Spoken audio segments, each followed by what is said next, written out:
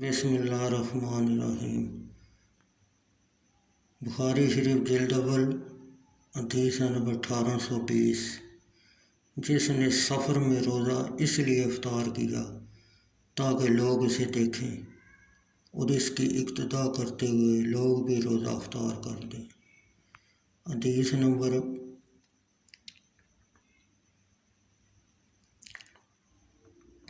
1820 بخاری شریف جلد اول۔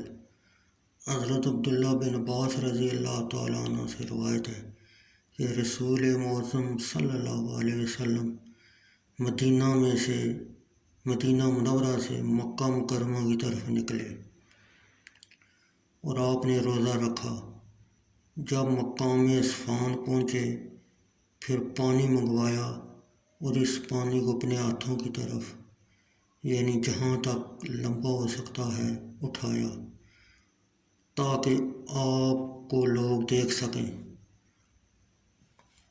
آپ نے روزہ افطار فرمایا یہاں تک کہ آپ مکہ مکرمہ تشریف لے آئے، اور یہ سفر رمضان المبارک میں تھا۔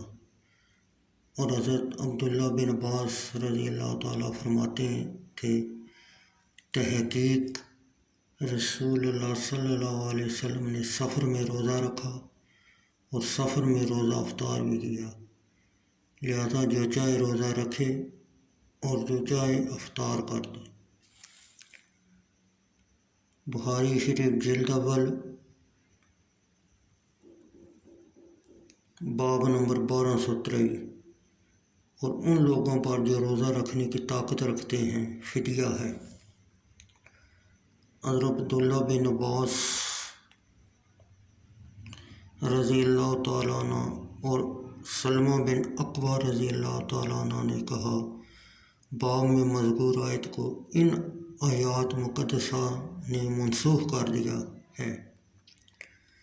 وہ آیات یہ ہیں، رمضان کا مہینہ جس میں قرآن اترا، لوگوں کے لیے ہدایت اور رہنمائی اور فیصلہ کی روشن باتیں، تو تم میں جو کوئی یہ مہینہ پائے ضرور اس کے روزے رکھے، اور جو بیمار یا سفر میں ہو تو اتنے روزے اور دنوں میں اللہ تم پر آسانی چاہتا ہے اور تم پر دشواری نہیں چاہتا، اس لیے کہ تم گنتی پوری کرو اور اللہ کی بڑائی بولو، اس پر کہ اس نے تمہیں ہدایت کی اور کہیں تم حق گزار ہو۔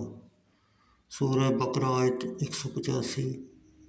ابن نمیر عبداللہ نے کہا، ہم کو سلمان العمش نے بیان کیا، انہوں نے کہا ہم کو عمرہ بن مروہ نے بیان کیا، انہوں نے کہا ہم کو ابن ابی لیلہ عبد الرحمن نے بیان کیا، ابن ابی لیلہ نے کہا ہم کو محمد رسول اللہ صلی اللہ علیہ وسلم کے صحاب نے بیان کیا کہ ماہ رمضان کی فرضیت نازل ہوئی تو لوگوں پر یہ شاک گزرا، اور جو کوئی ان میں سے روزہ رکھنے کی طاقت اس کے باوجود وہ طاقت رکھتا، وہ ہر روزہ ایک مسکین کو کھانا کھلا دیتا، اور روزہ ترک کر دیتا تھا، تو ایسا کرنے میں ان کو رخصت دی گئی تھی۔ پھر اس آیا مبارک ترجمہ روزہ رکھنا تمہارے لیے بہتر ہے نے منسوخ کر دیا اور ان کو روزہ رکھنے کا حکم دیا گیا۔ حدیث نمبر 1821 بخاری شریف جلد اول۔ حضرت عبداللہ بن عباس رضی اللہ تعالیٰ عنہ سے روایت ہے کہ انہوں نے یہ آیت مقدسہ پڑھی اور فرمایا یہ منسوخ ہے۔